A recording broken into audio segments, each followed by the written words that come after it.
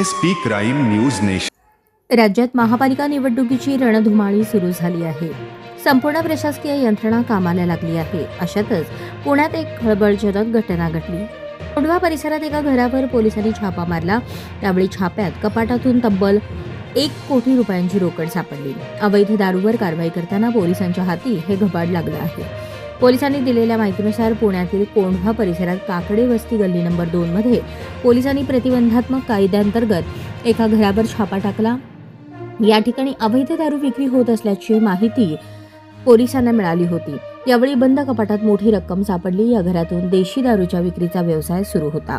घरातून सुरू असलेल्या व्यवसायातून घबाड सापडले. कपाटातून 1 कोटी रुपयांपेक्षा अधिक रोकड जप्त करण्यात आली.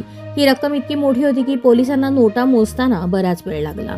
या कारवाईत पोलिसांनी 2 जणांना ताब्यात घेतलं. कारवाई दरम्यान पोलिसांनी मोठा दारूचा साठा जप्त केला.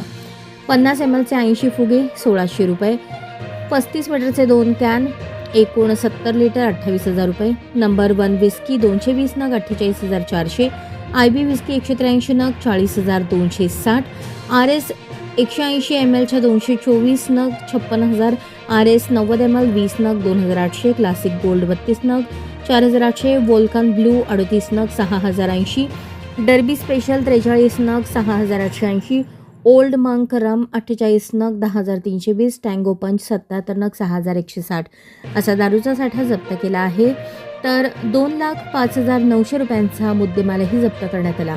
या कारवाईत 2 जणांना अटक केली आहे. या प्रकरणाचा पोलीस अधिक तपास करत आहेत. ऐन नाताळ आणि 31च्या आधी मोठ्या प्रमाणात दारू साठा जप्त झाल्यामुळे परिसरात खळबळ उडाली आहे.